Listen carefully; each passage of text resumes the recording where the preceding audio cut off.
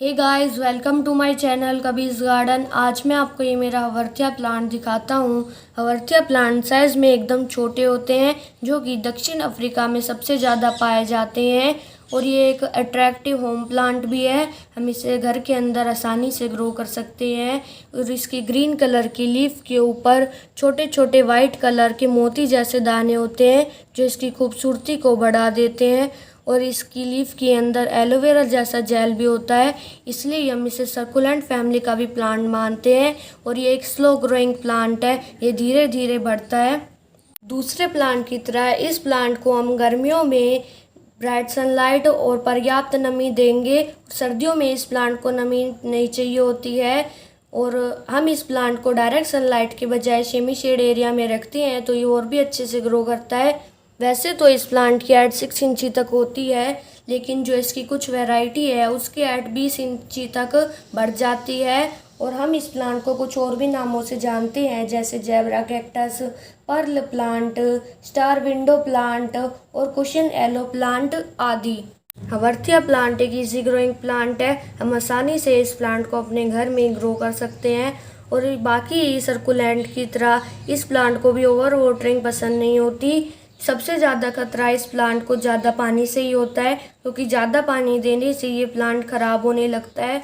और हम इस प्लांट को किसी भी पोट, किसी कंटेनर या कोई भी वेस्ट मटेरियल है, हम उसमें भी इस प्लांट को आसानी से ग्रो कर सकते हैं। लेकिन जिस भी कंटेनर या पोट में आप इसे ग्रो कर रहे हैं, उसकी मिट्टी वेल ड्रेन होनी चाहिए। गर्मियों में इस प्लांट को हम पानी तब देंगे जब इसकी मिट्टी की ऊपर की लेयर सूख जाए।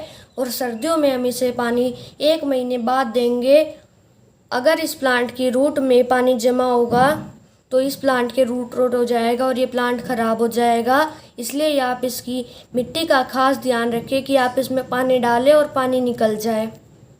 इस प्लांट की मिट्टी की बात करें तो इस प्लांट को वेल ड्रेन मिट्टी चाहिए होती है। आप चाहे तो इसे परलाइट, एक्वेरियम बजरी और जली हुई ईंट के छोटे छोटे टुकड़ों में भी ग्रो कर सकते हैं, ये उसमें आसानी से ग्रो होगा। हवर्थिया प्लांट को ब्राइट सनलाइट पसंद होती है, लेकिन डायरेक्ट सनलाइट पसंद नहीं होती। हम इस प्लांट को ब्राइट सनलाइट में रखेंगे और इस प्लांट को हम इंडोर भी ग्रो कर सकते हैं। अगर हम इस प्लांट को इंडोर ग्रो करते हैं तो हमें इसे सुबह की धूप में भी रखना चाहिए। और अगर हम इसे इंडोर ग्रो करते हैं तो हमें इसे ऐसी जगह पर ग्रो करना चाहिए जैसे विंडो के पास, कि इसे ब्राइट सनलाइट मिल जाए। और अगर इसकी लीफ येलो या वाइट पड़ने लग जाती है तो हमें समझ जाना चाहिए कि इस प्लांट को ज़्यादा सनलाइट मिल रही है। और अगर इस प्लांट का ग्रीन कलर फेड हो जाए तो हमें समझ जाना चाहिए कि इस प्लांट को सनलाइट नहीं मिल रही है। और हमें इस प्लांट को गर्मियों में धूप से बचाना है, वरना इसके सनबर्न हो जाएगा।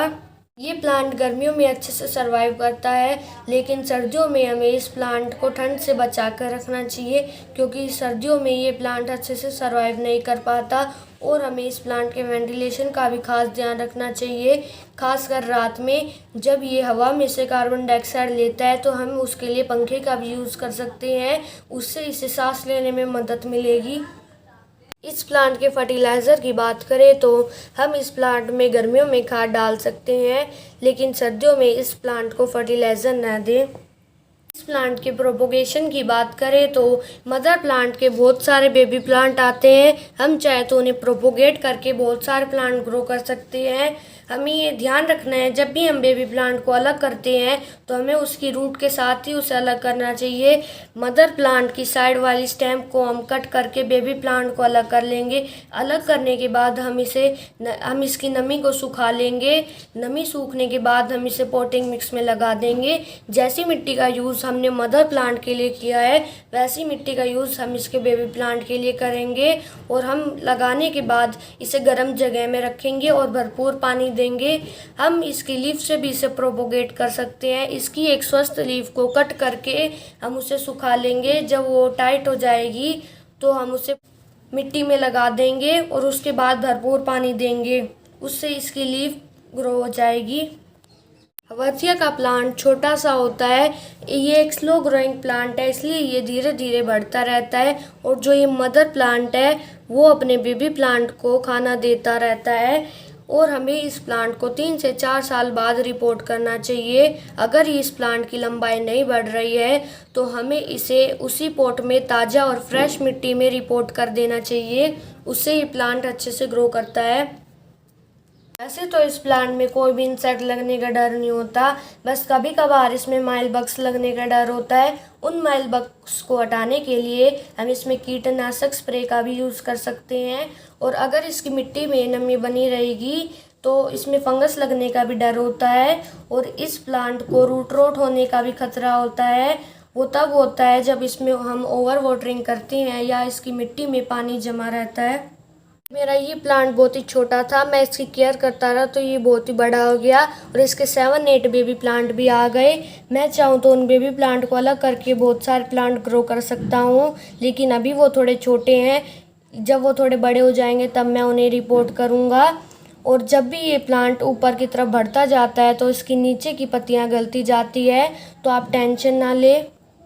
और अगर आपको मेरी वीडियो पसंद आए तो लाइक और सब्सक्राइब ज़रूर कीजिएगा। Thank you.